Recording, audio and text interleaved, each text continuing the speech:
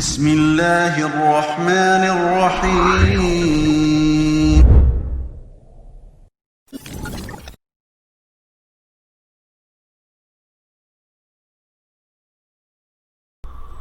Assalamualaikum warahmatullahi wabarakatuh.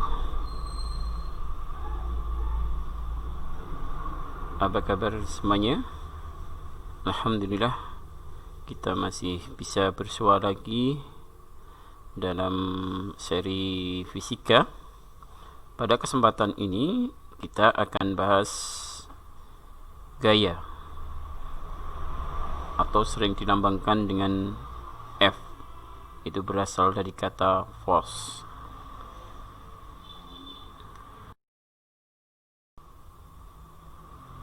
Perhatikan gambar berikut. Di kehidupan kita banyak yang dilakukan oleh orang-orang di sekitar kita. Bisa kalian lihat di gambar nomor 1, ya. Kemudian gambar nomor 2, nomor 3, 4, 5, dan 6. Ini semua pernah kita lakukan dalam kehidupan sehari-hari. Coba, ada yang bisa sebutkan? Tebak jenis gaya apakah yang ada pada gambar itu? Baik. Selanjutnya, apa sih sebenarnya gaya itu? Gaya adalah suatu tarikan atau dorongan yang dikerahkan pada benda terhadap benda yang lain. Jadi satu tarikan atau dorongan. Yang gaya itu nanti dalam sistem MKS itu punya satuan Newton, akan dilambangkan dengan huruf N. Dalam satuan CGS adalah Dyne, nanti akan dilambangkan dengan huruf D. Kemudian cara pengukuran gaya itu bisa diukur langsung dengan menggunakan alat namanya dinamometer atau neraca pegas. Neraca yang menggunakan pegas. Dan saya yakin ini semua atau di antara kita sudah pernah melihat alat yang seperti ini.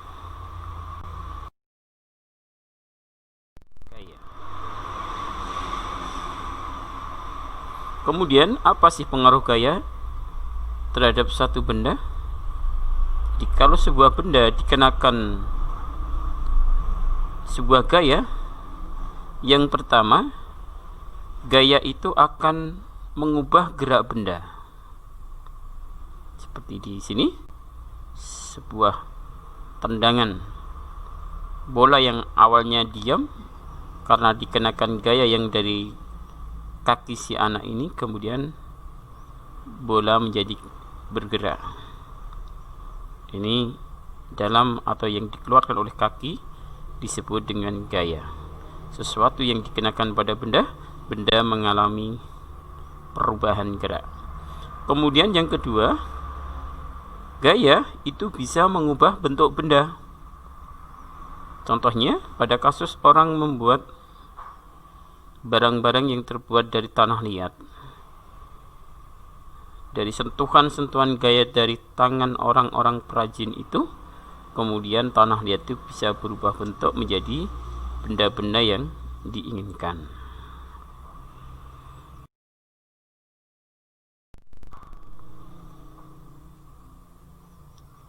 Maka perlu diingat, gaya itu pada hakikatnya merupakan besaran vektor. Ya, jadi pada akhirnya nanti gaya itu adalah sebuah besaran yang punya nilai dan punya arah. Maka nanti pada akhirnya kita gambarkan sebagai anak panah. Ya, kita kasih notasi F, kemudian besarannya, besar gaya itu ditulis dalam bentuk angka bersatuan Newton. Kemudian anak panah ini adalah menunjukkan arah kemana gaya itu bekerja. Kemudian macam-macam gaya. Jadi gaya itu dibagi beberapa macam. Di antaranya ada gaya sentuh. Dari istilahnya saja gaya sentuh, artinya adalah gaya yang bekerja pada benda akibat adanya sentuhan. Jadi gaya itu bekerja setelah ada sentuhan. Yang kedua ada gaya tak sentuh, yaitu gaya yang bekerja pada satu benda tanpa mengalami sentuhan terlebih dahulu. Jadi tanpa ada sentuhan pun gaya itu bekerja. Contoh dari beberapa gaya sentuh dan gaya tak sentuh bisa kita lihat di sini. Yang pertama gaya sentuh, yaitu gaya otot. Gaya yang ada pada tubuh kita itu adalah gaya otot namanya. Kemudian gaya pegas, gaya yang ditimbulkan oleh benda-benda yang bisa mengalami perenggangan, pengkerutan. Ada gaya gesek, gaya karena bertemunya dua permukaan benda. Kemudian ada gaya mesin.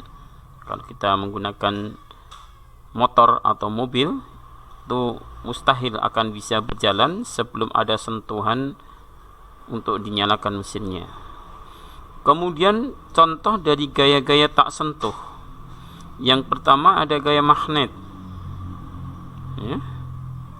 Ada gaya gravitasi bumi, di mana semua benda di alam ini akan jatuh mendekati bumi karena tertarik oleh gaya gravitasi bumi.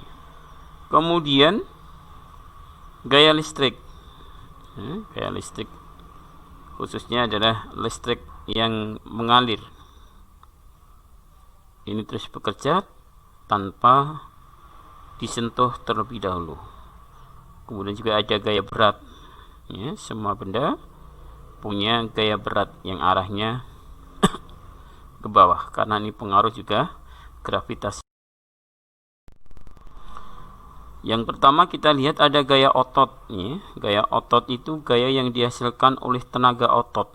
Ini asalnya dari tubuh yang sebelumnya berasal dari energi lain dalam bentuk makanan maupun minuman.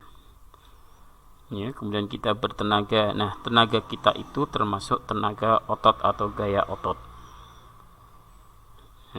Semakin orang itu memberikan asupan yang bergizi atau bergizi baik, maka gaya otot yang ditimbulkan akan lebih besar. Termasuk juga gaya otot ini tergantung kepada kebiasaan atau latihan.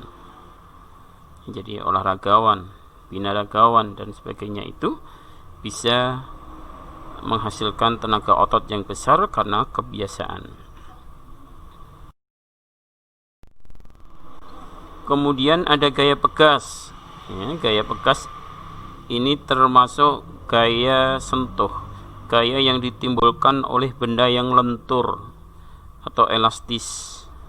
Sering kita lihat jikalau kecil kalian pernah melihat orang bermain ketapel, atau kalau olahraga yang nyunah itu sekarang ada namanya panahan. Nah, dari busur panah yang digunakan inilah nanti dihasilkan gaya pegas namanya. Kemudian ada gaya tak sentuh. Gaya tak sentuh itu gaya yang bekerja tanpa mengalami sentuhan dulu. Ada namanya gaya gravitasi. Ini karena ada tarikan bumi. Kayak kalau kita punya buah-buahan, itu kalau sudah tua atau masak dia akan jatuh. Jatuhnya itu menuju ke bawah. Nah, ini adalah karena tertarik oleh bumi. Contoh lagi ada gaya gesek, ya. Gaya yang terjadi karena bersentuhannya dua permukaan benda, seperti anak yang sedang melaju atau bermain sepeda kemudian direm, ya. Maka antara roda dengan rem atau roda dengan tanah akan terjadi gesekan. Ada gaya magnet, ya, gaya yang ditimbulkan oleh tarikan atau dorongan dari magnet. Jadi kalau kita punya magnet, kemudian kita dekatkan paku di situ, paku akan mendekat dan menempel karena tarikan gaya magnet.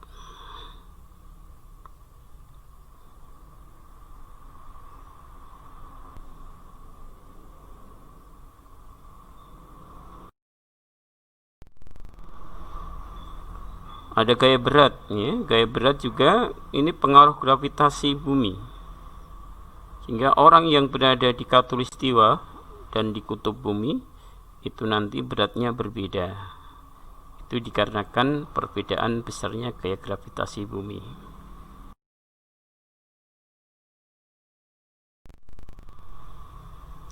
Nah, kemudian secara fisika sekarang, tadi dikatakan bahwa gaya itu merupakan besaran vektor, ya, besaran yang punya nilai dan arah.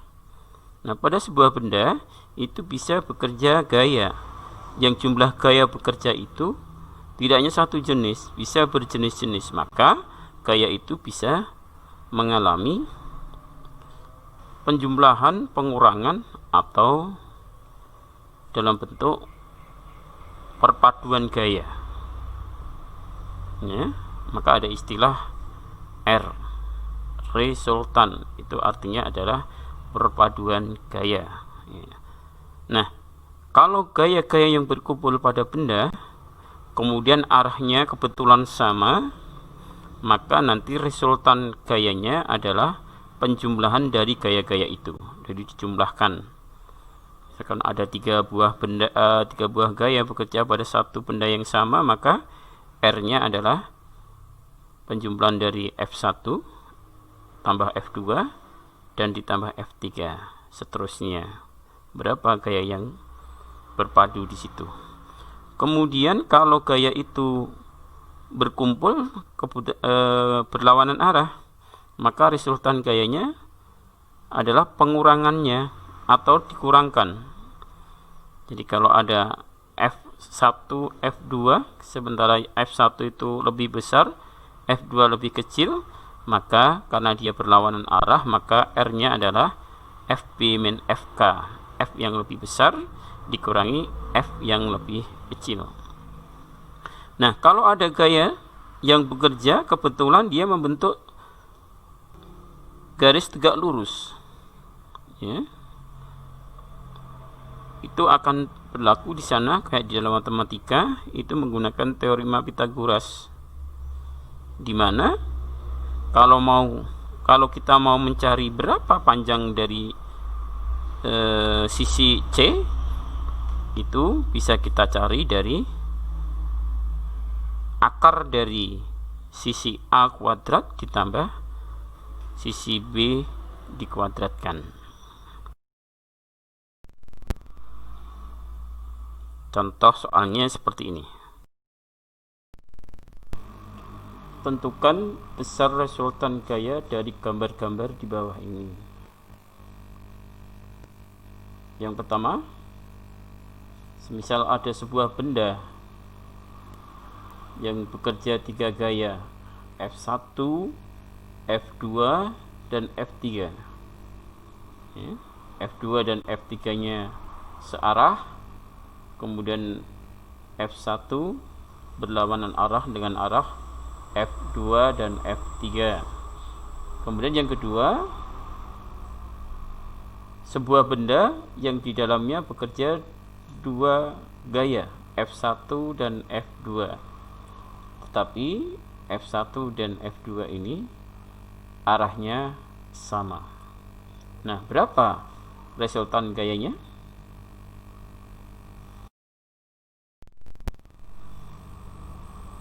Nah, penyelesaiannya bisa kita perhatikan. Yang pertama, karena terdiri dari 3 gaya, ada F1, ada F2, ada F3. Yang tadi F2 dan F3 nya adalah searah dan F1 nya berlawanan, sehingga besarnya resultan gayanya adalah R sama dengan F2 ditambah F3 dikurangi F1. Kita masukkan datanya, 20 ditambah 40 dikurangi 25. Ketemunya adalah 35 Newton. Berikutnya yang nomor 2. Tadi bekerja di sana ada 2 buah gaya, ada F1 dan F2.